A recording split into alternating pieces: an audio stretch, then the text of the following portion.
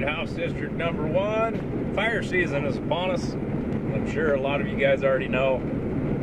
These thunderstorms have been rolling through lately in the last couple nights. We've had some fires pop up.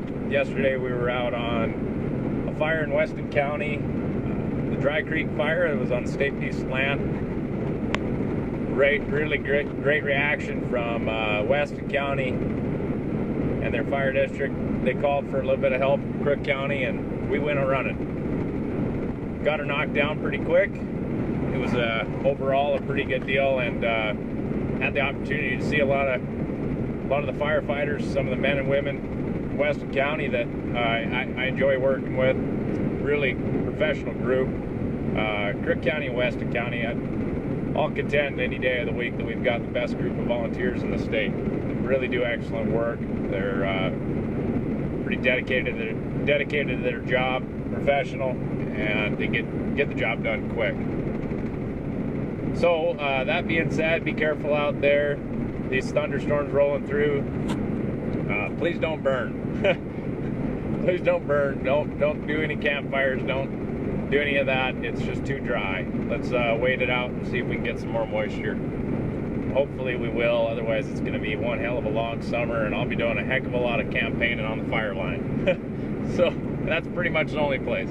So let's hope for rain. Right? Actually, if you don't want to see me campaigning that much, then I guess don't pray for rain. Anyhow, I'm headed down to Torrington for the Joint Ag Committee meeting. I just passed Mule Creek Junction. It's starting to get a little greener the farther south I go, which is always good to see.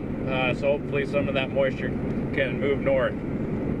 Joint Ag Committee are going to be studying several topics that are very near and dear to House District number 1. First and foremost is forest health. It's something that I pushed for pretty hard on the last session. We always run an amendment to the budget to try to get some money socked away to fight these pine beetles. And that pine beetle program we've seen tremendous success due to the cooperation between the private sector and the public sector in managing that program. It's been tremendously successful throughout the state. I think we're in 12 counties now. So what we're going to try to do in the Joint Ag Committee is to get that program put in statute. Keep it around. It's been working great. It's using taxpayer dollars to the point of effectiveness that we're seeing return on it because of the mills that are involved. Not mill levies, but sawmills. I should clarify that. So that's been tremendously successful. Let's continue down that program. Let's keep our forests healthy. That's good for ag. That's good for tourism. That's good for industry. It's a win-win. So we're going to go over that, and hopefully we can walk away with something to look at. I know a lot of folks are coming down from Crook and Weston County to testify on that. Really appreciate it. Having that expertise down there will prove extremely handy. Moving on, we're going to talk about food freedom. This is fascinating. This is pretty interesting stuff. I know I chirp up a lot about food freedom, and I'm sure a lot of you are getting tired of hearing about it, but I'm going to keep chirping about it because it's something to be proud of. And we should be proud of the fact that our legislative leadership, the legislators that are currently serving, have all taken the stance that food freedom is a good thing. Individual responsibility for your foods is a good thing. Agriculture producers to consumers, farm to plate, all a good thing. That's why our legislative leadership and the Ag Committee all decided that we need to look for ways to expand on food freedom. Pretty cool. So we're going to be studying that. We're going to be taking testimony from some local producers and be looking at ways to bring meat on board. It's a tough cookie to crack, just for the simple reason that the federal government hates it. Surprise, surprise, right?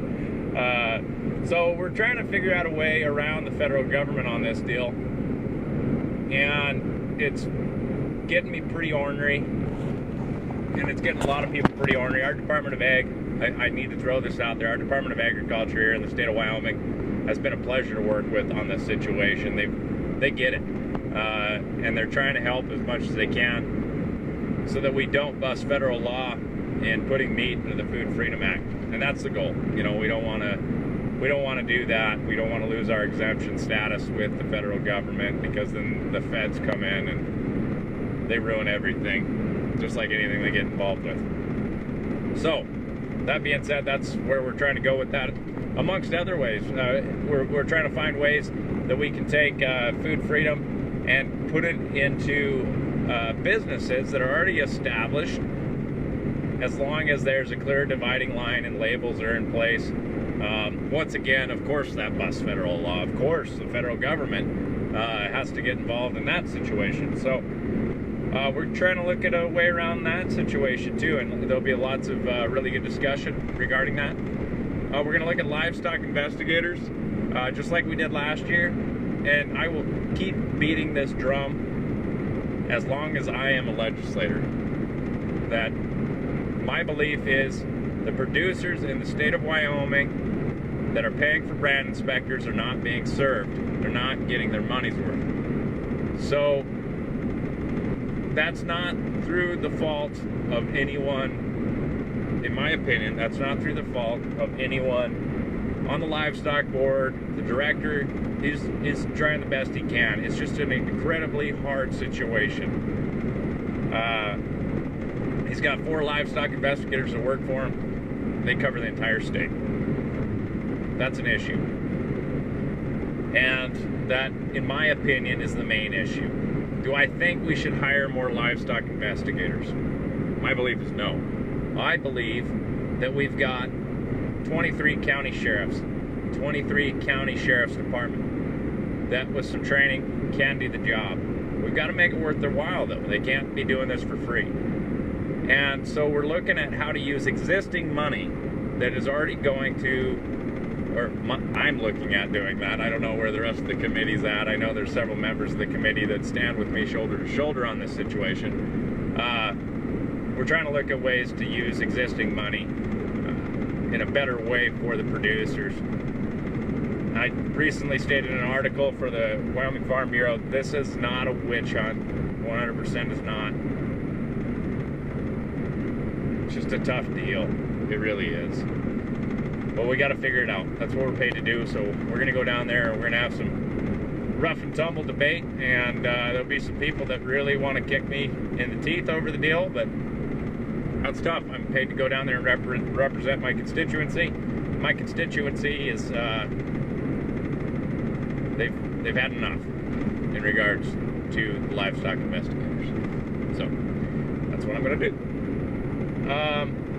We're going to get some testimony from State Lands Director Bridget Hill. She's going to be there. And I've got some really good questions lined up for her in regards to some of the leases, how long those leases go. Is it really serving the best interests of the state to have 10-year leases out there? With how much they charge also. Are we really even seeing a benefit from that? So we need to look at that. And it should be really good testimony and really good conversation. I'm looking forward to it. So that's what I'm up to, House District number 1. Also want to throw out a big I love you to my beautiful bride. Yesterday we celebrated our 11th anniversary. Can you believe that? 11 years this woman has been married to me and he has yet to kick me out. That's, for those of you that know me well, you're just as shocked as I am, I'm sure. Either way, I'm really blessed. We've got 4 beautiful children, and they're all pretty wonderful. Either way, that's all I got for you now, House District number 1. I'll update you guys when I'm on my way back. And if you have any questions or comments, please post them below, and I'll look forward to getting back with you, and I'll comment back to you as quick as I can. Thanks. Bye.